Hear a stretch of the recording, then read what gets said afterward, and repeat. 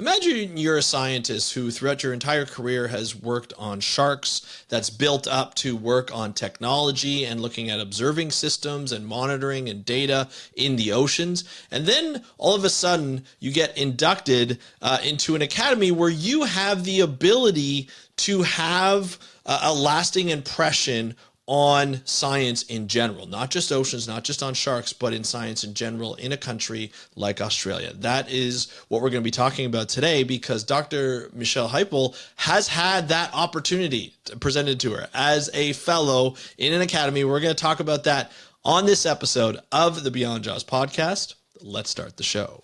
Hey everybody, welcome back to another exciting episode of the Beyond Jaws podcast. I'm your co-host Andrew Lewin, here with my co-host Dr. David Ebert. Dave, are you excited to talk to Michelle today? Absolutely, Andrew. I'm really looking forward. I'm super happy to see somebody like Michelle be added to as a fellow for the Australian Academy of Technology, Sciences, and Engineering. I've known Michelle for quite a while, and she's just always been a real star in the field of shark science, and to see her kind of cross over and move up into running this Australia's Integrated Marine Observing System, and now be named a fellow is amazing. And as I say, as we'll talk about today, she's the first shark person to be named to such a prestigious group.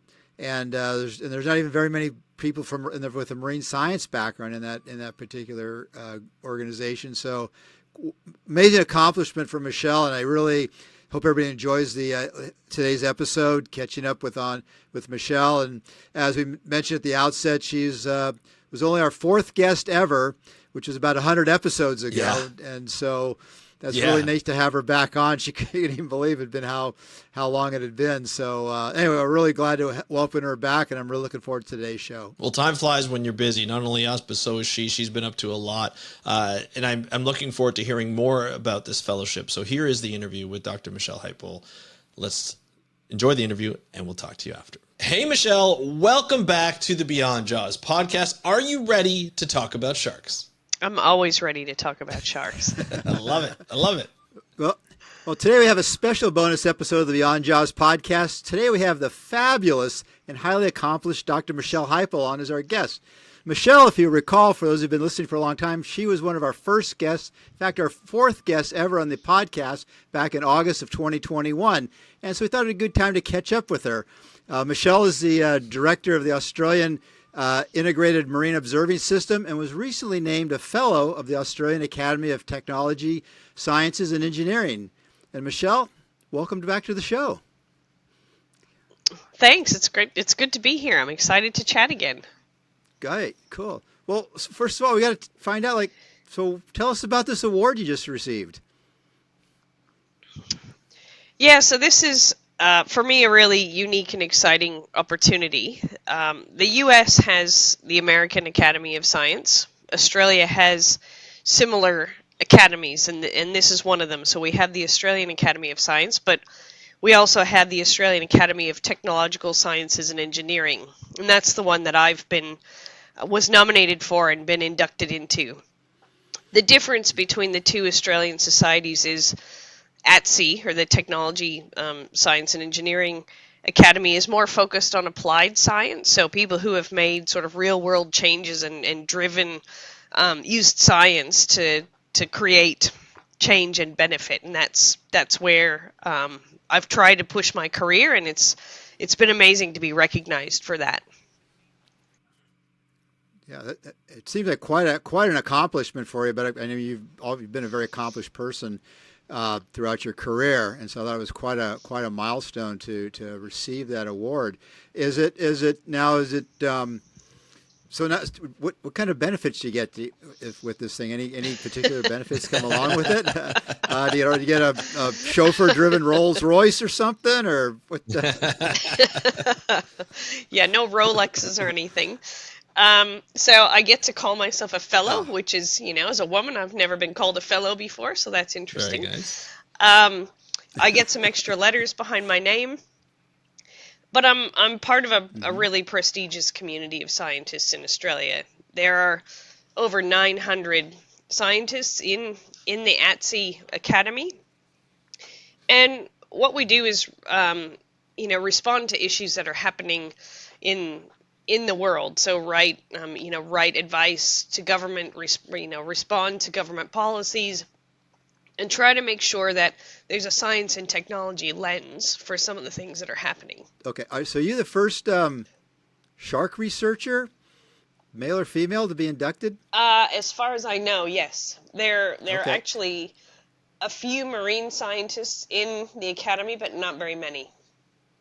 I found a list online. I was scanning through it, and I didn't see any. I didn't go through the whole list, but I didn't see anyone even close to shark stuff. So I thought, like, wow, this is kind of very accomplished, being coming from a shark background, because it's not something shark people usually get recognized for. So that's even makes it even more Uh, of a significant accomplishment.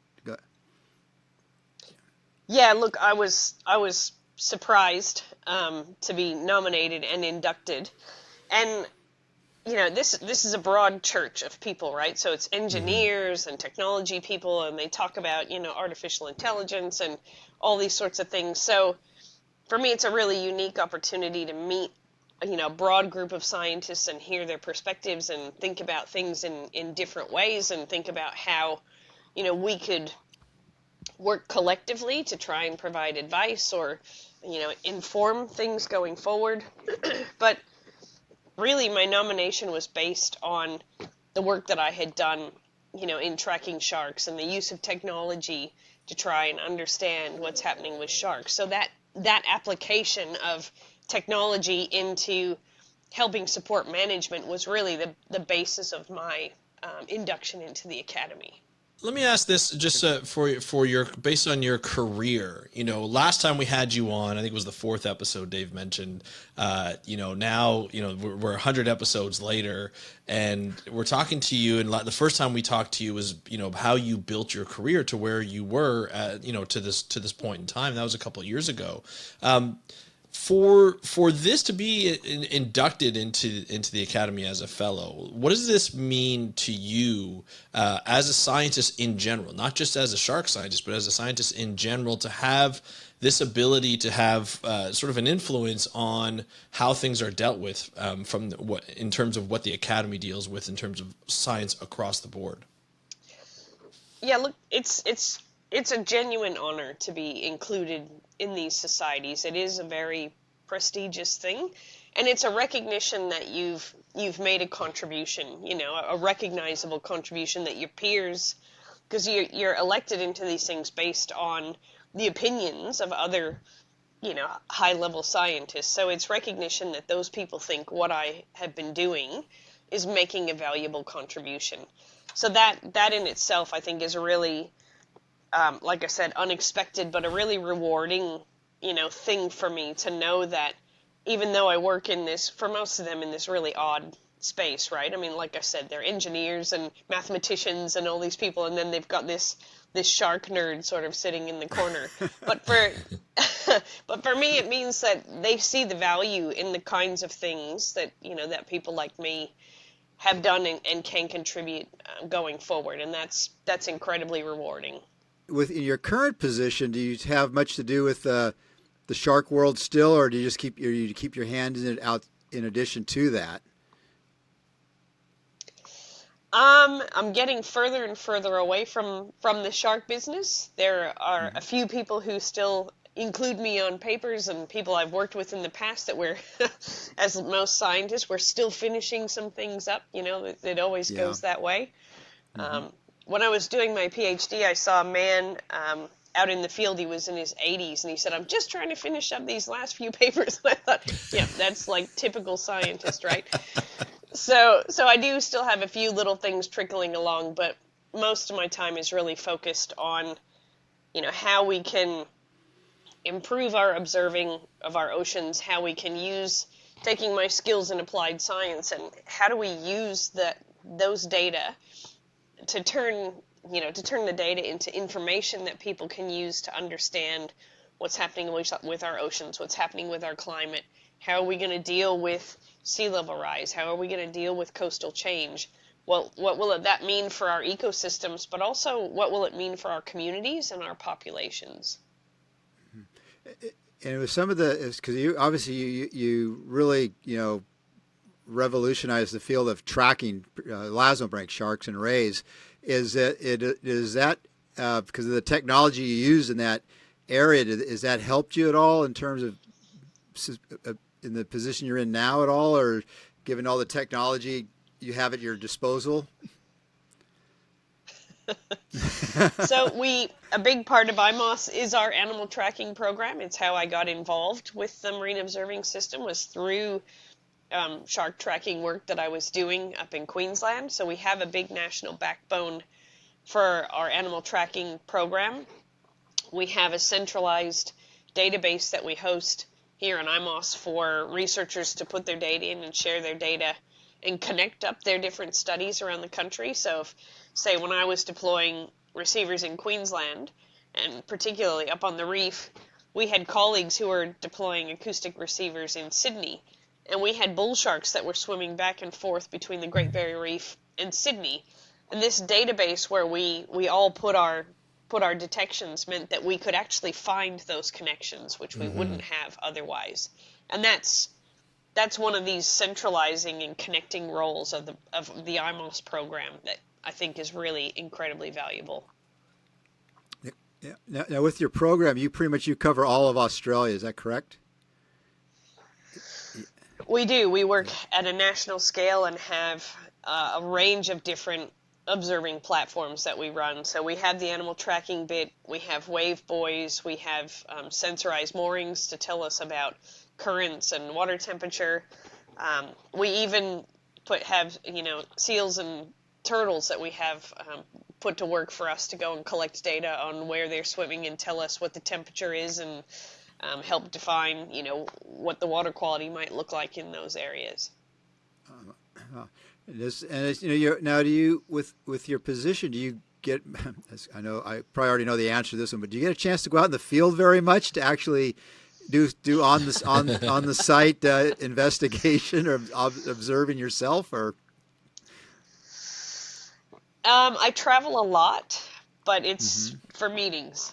So no, Yeah. I don't get out on the boat anymore. I don't get into the field anymore. I've had a few offers, but it just hasn't really worked out. My job is really to promote the program and make sure it's funded and the people out in the community can do all the cool things that they do. Yeah, I kind of thought that'd be the case. You get a really prestigious position like you have, and it's like, wow, that's really great, Michelle. And it's like, but you never actually get to go in the field anymore and do the stuff you started out doing. Exactly.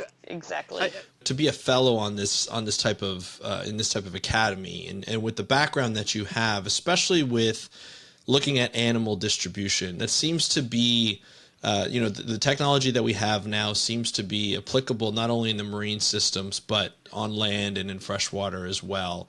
What are you hoping to be able to contribute with your background to, like, are there specific questions you're hoping to help answer or guide, or specific programs, or how does that work when you look at it from the academy level with distribution of animals and tracking animals? So I think some of that depends on what's happening at the time. So in Australia and probably in the US, I'm not that familiar with the programs there, but they put a lot of documents out for public comment.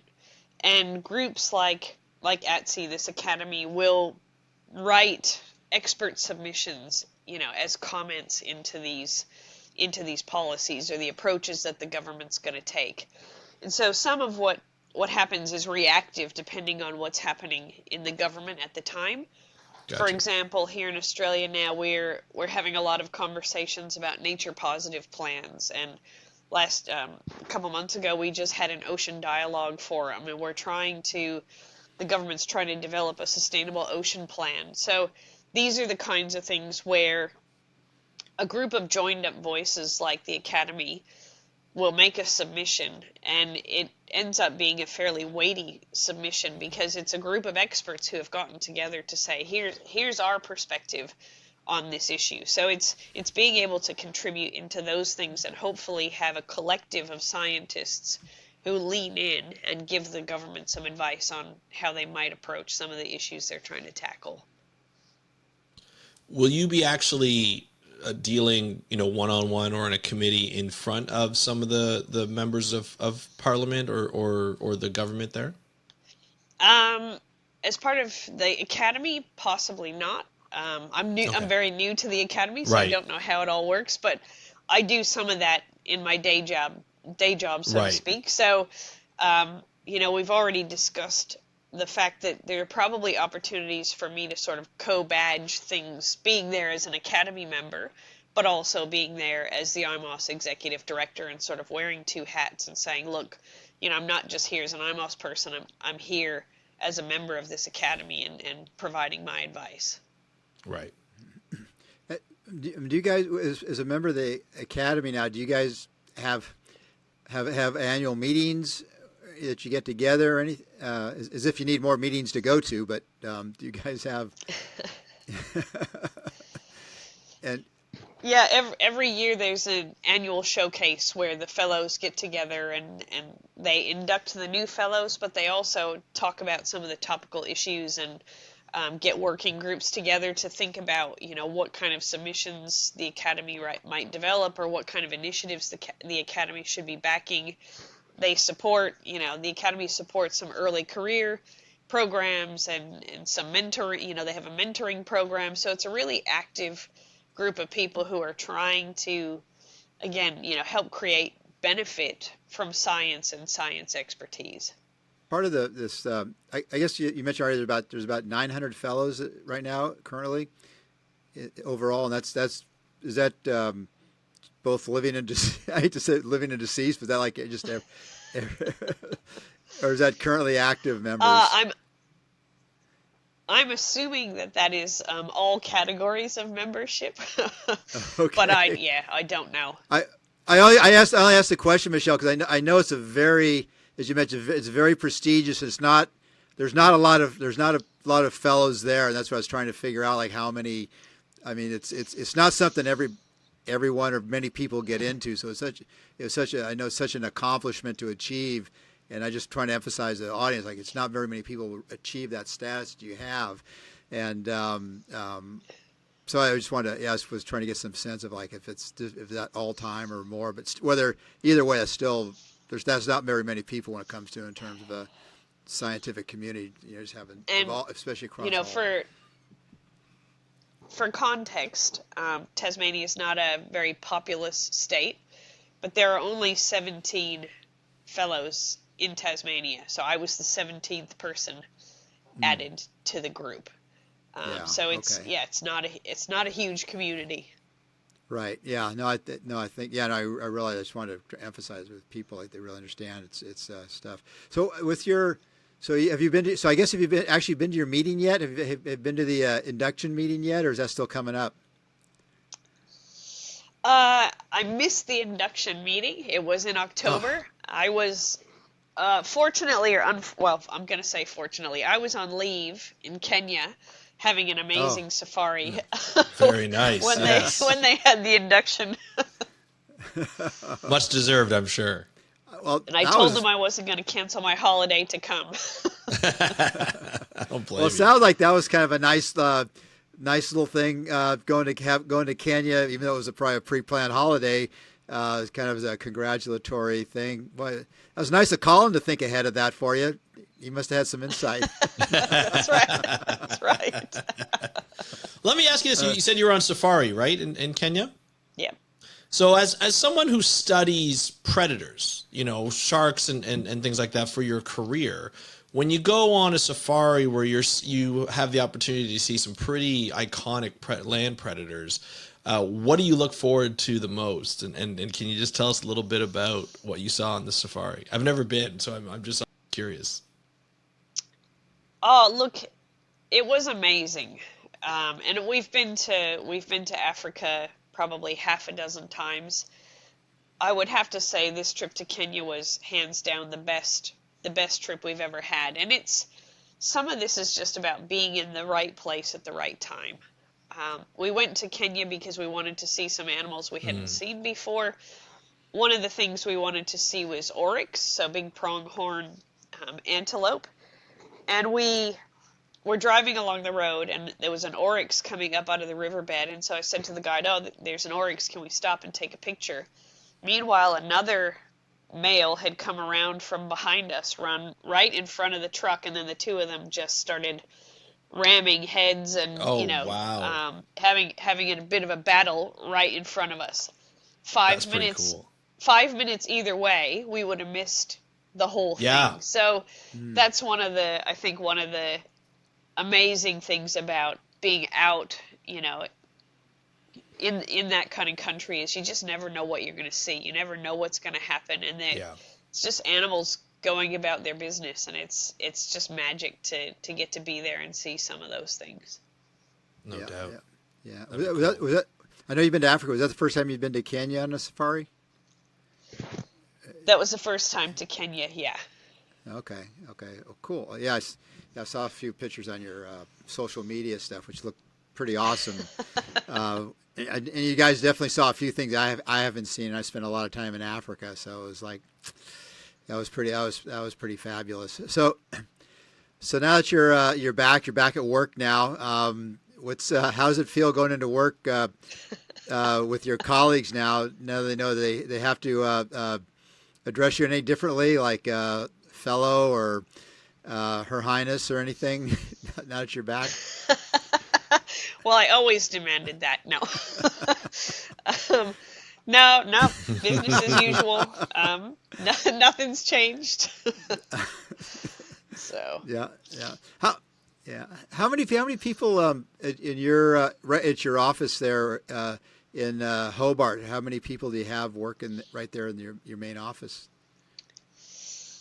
We have, I think we're at about 40 now. So we've got a Wow. dozen of us in the administration team. So the people who make sure the money comes in and the money goes out and the milestones are met, and we do all of our reporting. And then we've got another probably about 30 that are in our data team, the Australian Ocean Data Network. And those are the people who make sure that we get the data in from the systems that we're running and that the data gets out and made publicly, openly available for people.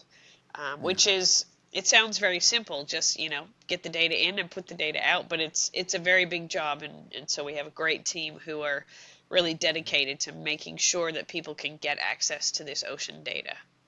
Yeah. Now I'm not super familiar with it, but do you have like satellite offices or stations throughout Australia that feeds the data to you? Yeah, IMOS as a program has 11 different partner organizations in it. So we've got the CSIRO, the Commonwealth Scientific and Industry Research Organization, Australia's big science organization. We have the Australian Institute of Marine Science, University of Western Australia, the Bureau of Meteorology. So we have 11 partners who operate things. They're all located in various places around the country, and they operate the infrastructure or the equipment that we put in the water for us. Yeah. And do you also work internationally, collaborate with people in some of the different programs overseas? We do that in a couple of different ways. There's a big program called the Global Ocean Observing System, and it has regional alliances around the world. In the U.S., it's the Integrated Ocean Observing System, which is run out of NOAA. Here, it's IMOS. So we're part of that big network, and I go to meetings with those folks, and we talk about what are the global issues and how can we help each other and how can we leverage off of each other. But then more specifically in the region, we're trying to help sort of our neighbors here to be able to do more. So, for example, right now we're talking to the Pacific Island group, the Regional Alliance in the Pacific Islands, to see how we can combine efforts to do more for our region, particularly in that area because those countries are at really high risk from sea level rise problems. I mean, some of those countries are already having problems with king tides flooding, the entire island. So it's a now problem, not a future problem. Now, is this helping them out in terms of monitoring, like data monitoring, providing buoys, providing access to technology and sharing the technology? It's a mix. So it's some of Yeah. it is helping share expertise on how they might do things. It's helping support them in, how do they deliver the data, or are there things we can do to help them deliver data? And then there's also the, trying to help out with some instruments where we can. So what's your, do you guys have any, what's your sort of, with your program now, what are your sort of your short and long term objectives? Do you have any set goals right now that you're you're working on? Yeah, a couple of big things going on. One is, and this is a common problem that we in Australia we have IMOS, which is collecting marine observations, and we have our sort of sister programs or our terrestrial counterparts in the geological groups, so they're called OSCOPE, and then we have a terrestrial ecosystem research network, we're all in this funded out of the same program, and they work on the land and we work in the ocean, but none of us are working at the coast. Hmm. And this is where we're going to have our problems with sea Yeah. level rise, right? I mean, people's houses are already falling in the ocean. When we have big storms, roads are being washed away.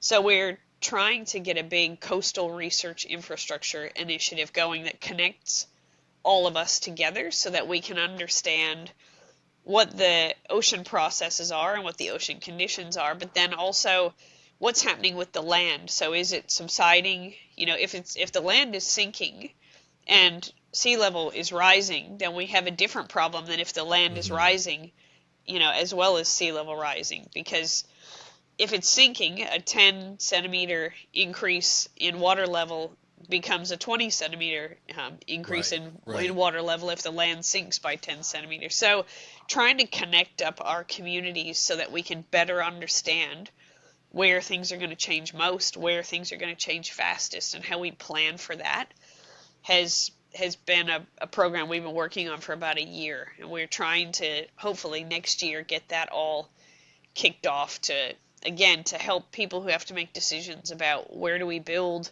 roads, where do we build houses, where do we put buildings, what does this mean for our parks and our beaches, and what does it mean for our seagrass beds and our mangroves and all of these ecosystems that we rely on for so many things.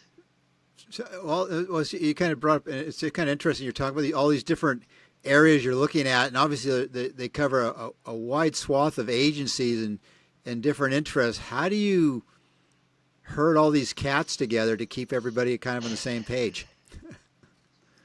Yeah, look, that's been one of the big challenges. We've spent about a year going around the country talking to people at various agencies and saying, what are your problems? What are your pain points?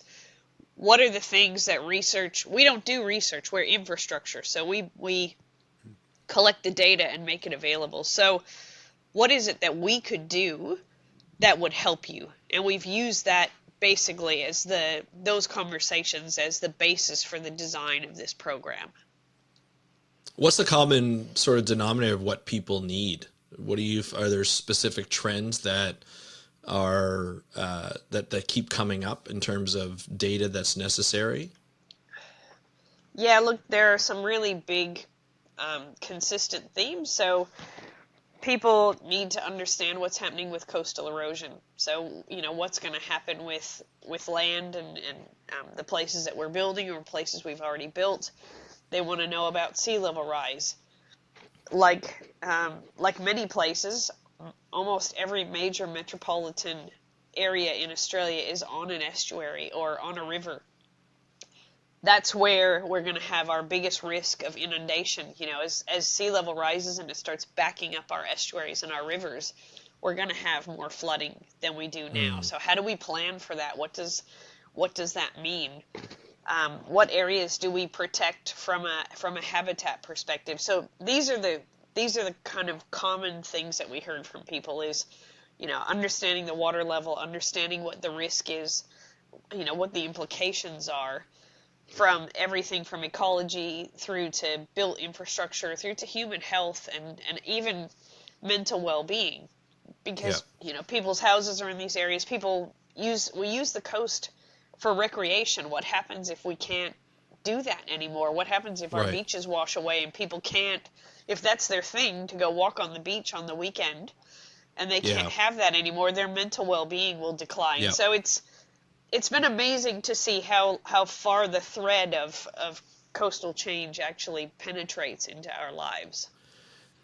You're talking a lot about sea level rise and even land sinking, and obviously there's technology for that. But how does the technology change when you're looking at moving from an offshore platform or an offshore area, as well as inshore where you're on land, to an area that is constantly changing? The technology I know changes. I know back when I was doing a GIS and looking at coastal areas, LiDAR was popular but very expensive to fly, and you'd only be able to fly it maybe every 10 years to be able to get data. But changes are happening, which sounds to be very quickly these days. How do you measure whether the coastline is sinking or sea level rises rising, or both, in an area that's fairly rough for a buoy system, but also always dynamic? This is where having this big group of people and having our sister capabilities really brings us a lot of strength. So I guess the first thing I'll say is the ocean and the coast are all connected, right? For us to understand sea level rise, we have to understand the conditions in the ocean, because that's where it's coming from. And our ocean, currents are going to drive where we have erosion problems. So it's a lot of this comes back to understanding the state and trends in our ocean and how it's changing. But we have technology to do that, right? So we can put offshore buoy systems in. We're looking at now putting in some coastal wave buoys and putting in some coastal, even some estuarine moorings to try and understand what's happening with water level, what's happening with water quality, what's happening with the currents.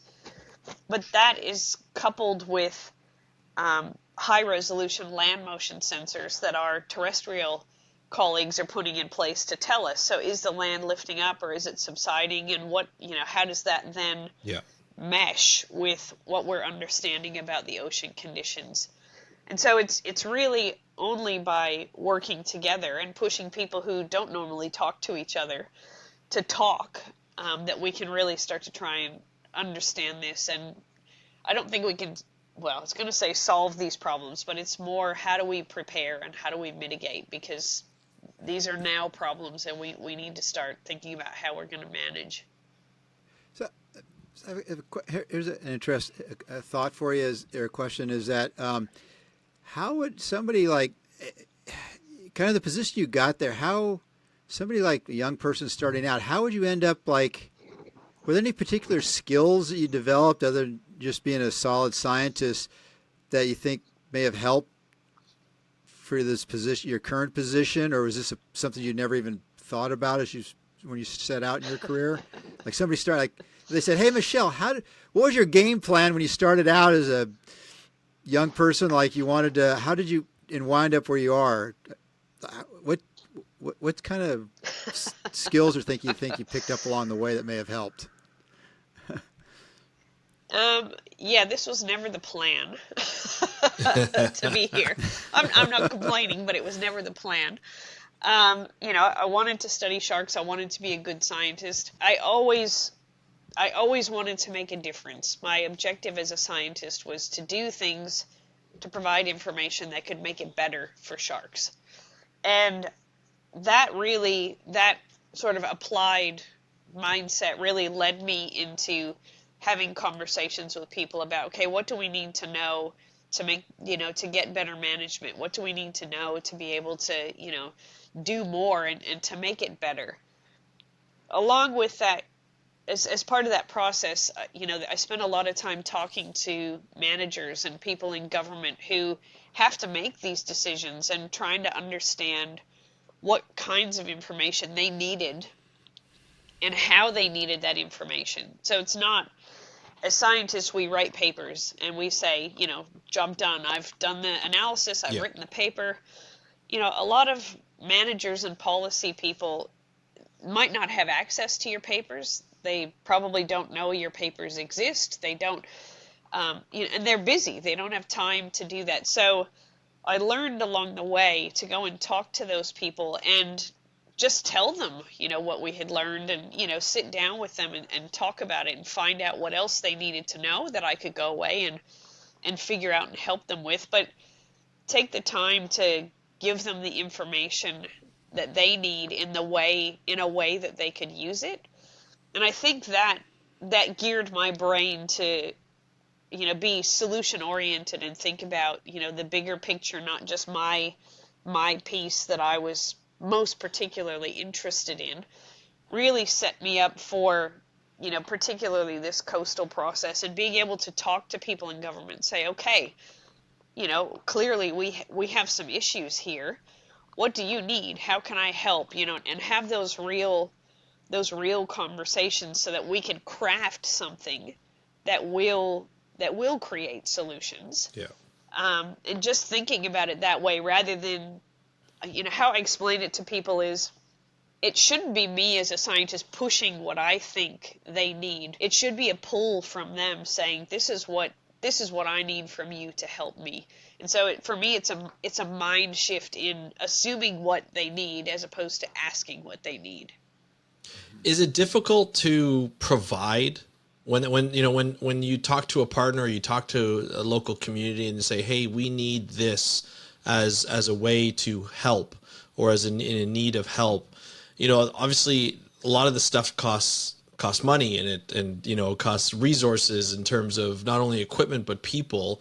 Sometimes it's available, sometimes it's not. We're in very interesting times where funding is not always available, and that's all over the world. Do you find that sometimes, even though you come in, it's like, how can we help? You can't provide that help, or how do you overcome those challenges? Oh, look, there's always more that people would like us to do. We're never going to have enough money. And yeah, so yeah, there are times when I say there are things that people ask for that are outside the scope of what IMOS as a program does, or outside the scope of what, I as a scientist could provide or help with. But that's where, I then start trying to use my network and say, okay, well, I can't help you, but maybe this person can, or I don't know, but maybe that person does. And, with this coastal program, what we've done is collected all of this information, and then we've put together a collaborative pitch to government to say, okay, we've gone and we've talked to all these people, and this is what they say they need. We as a collective, the terrestrial group, the data people, IMOS, we're here. We know what they want. We're ready to do it, but we don't have the resources to do that. So here's something we know the country needs. Can you help us? Can you provide the funding for us to be able to do this? And that's where we are in the process now. Is we've gone to government to ask for the support, and we'll see. Hopefully next year we'll be able to get this thing going. Is this something, when we talk about these types of things, sea level rise, erosion, these are fairly large asks in terms of technology, as well as just at certain times it's become political, in terms of looking at, when you look at sea level rise, climate change, and so forth. But there are also real world questions that we need to answer, because communities, as you mentioned, are already feeling the effects now, not in 10 years from now. Do you find the current Australian government, or even overall, like whether depending on who's in charge, do you find that is there a specific way you approach them to get away from the politicized part of the climate change and say, hey, look, these communities are in need. Here's our solution, and this is how much it's going to cost. Do you find that a difficult thing to put forth? Sorry, you froze partway through that. I only heard part of the question. Oh, no problem. So, looking at the politics of climate change, and sometimes things don't get funded, or they kind of get caught up in all of the politics. But these are the items that we've been talking about: sea level rise and sinking of coastlines are a real world issue right now. Do you find when you speak to funders or speak to government agencies, do you find that these types of items get bypassed because they're so important to local communities, or do you find that sometimes they get caught up into sort of the political aspect of it all? Yeah, look, I think we're in a time where I've been talking about this. Several of us have been talking about this for, in the context of research infrastructure for a couple of years now. What's been really interesting, there have been all sorts of things happening at a national scale while we've been having these conversations and saying this is really important. So we've had a big storm in New South Wales where, some houses on the coastline literally fell into the ocean. People's swimming pools had fallen off the edge as the ground eroded beneath them. Earlier this year, there was a story how in Western Australia they had their surf life-saving club that 9 years ago they spent almost $1 million upgrading and updating, had to be tore down this year because they had a storm surge that came in and wiped out the footings from the building. One of the others, the state of Victoria has done an analysis that says in the next 10 to 15 years, 16,000 houses will become uninhabitable in the region because of sea level rise and erosion. So it's, when you start reminding people, and these things are in the newspaper, almost weekly, that these are things that are happening, it gets really hard for people to politicize it and ignore it because it's happening to people, and we have to, the government and the governments, the local government all the way up to the federal government, have to start thinking about what do we do as a society? How are we going to deal with this? Because it's not going away.